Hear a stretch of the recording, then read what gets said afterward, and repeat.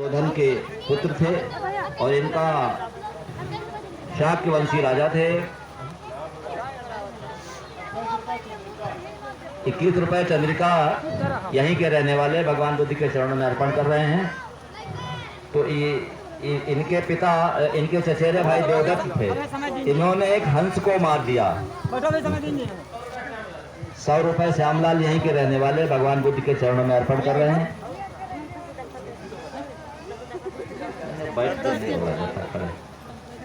तो जब एक हंस को इनके भाई देवदत्त ने मार दिया तो हंस घायल हो गया और ये पहुंच गए वहां पर सिद्धार्थ ने, इनका सिद्धार्थ नाम था, और इन्होंने उसको बचा लिया। देवदत्त आए तो इन्होंने कहा ये इस हंस को मैंने बाण मारा है, हंस मेरा है। तो इन्होंने कहा कि बचाने वाले, मारने वाले से बचाने वाले का ज्यादा अंश होता है। राम प्रसाद 30 रुपए भगवान बुद्ध के चरणों में अर्पण किए। यह है श्री भूखन की धर्मपत्नी भगवान के चरणों में 20 रुपए अर्पण कर रही हैं। भगवान उनकी सभी मंगल कामनाएं पूरी करें। राजा राम 50 रुपए यहीं के रहने वाले भगवान बुद्ध के चरणों में। देशराज की धर्मपत्नी 50 रुपए भगवान बुद्ध के चरणों में अर्पण करें। भगवान की सभी मंगल कामनाएं पूरी करें।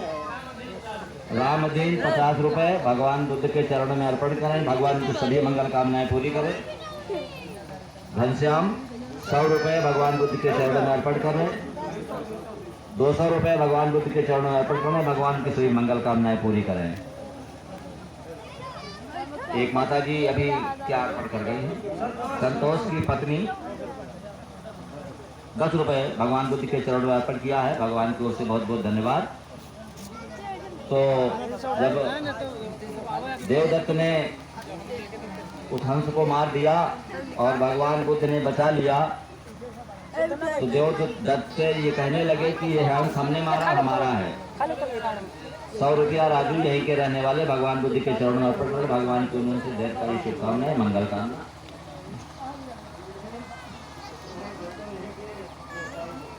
शत्रुघ्न गौतम यहीं के 41 रुपए भगवान बुद्ध के चरणों में अर्पण कर रहे हैं। भगवान की उन्होंने ढेर सारी शुभकामनाएं, मंगल कामनाएं।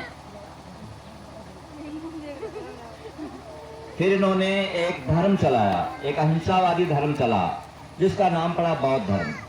आजकल बौद्ध धर्म चीन में है। सम्राट अशोक ने इस धर्म को, इस श्रेणी को बढ़ाया और लंका गए।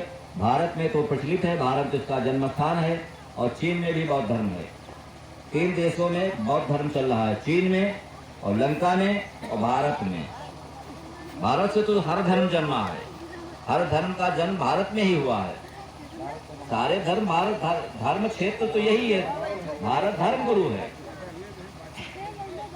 यहीं से लोग चिराग ले गए, अपने घर में रोशनी किया।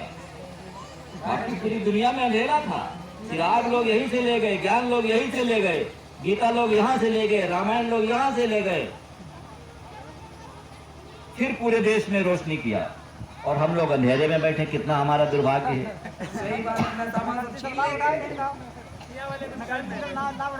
सारा सामान अपना ले गए, लेकिन हम अपनी विरासत को वापस लौटाएंगे। ऐसा नहीं सुबह का भूला कर शाम को लौटाए तो उसको भूला नहीं कहा जा सकता है।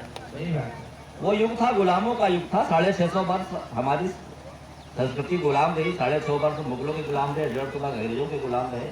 तो 4, 5, 10 पीढ़ियां गुलामी में निकल गई और आज भी हम उनके रिवाजों के गुलाम हैं, उनके रस्मों के गुलाम हैं, उनके भाषा के गुलाम हैं। आज भी पैंट पहनने वाला आदमी हमारे यहाँ बाबूजी बोला जाता है। ये भैया कैलाश यहीं के रहने वाले 50 रुपए भगवान बुद्ध के चरणों में अर्पण कर रहे हैं। भगवान की ओर से उन्हें ढेर सारा शुभाशीष।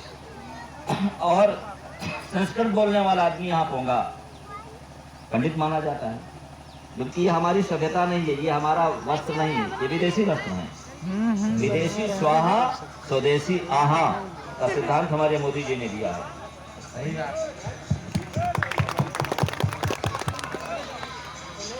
देखो हेलो,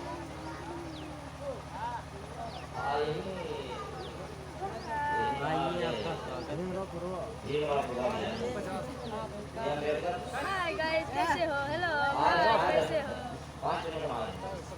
देख बाबा जी ये तुम हो देखो इधर बाबा दीन भगवान के चरणों में अर्पण किए हैं और मैं अब आपसे थोड़ी सी आज्ञा लेना चाहूँगा, क्योंकि आज एक गांव धर्मपुर है, वहाँ हमारे खानदानी रहते हैं, वहाँ पर एक का इंतकाल हो गया है। हमको उनकी मिट्टी में जाना है, नहीं तो मिट्टी हो जाएगी तो मिट्टी मिलेगी नहीं। 15 किलोमीटर जाना, नहीं तो हम रुक ठीक है बेटा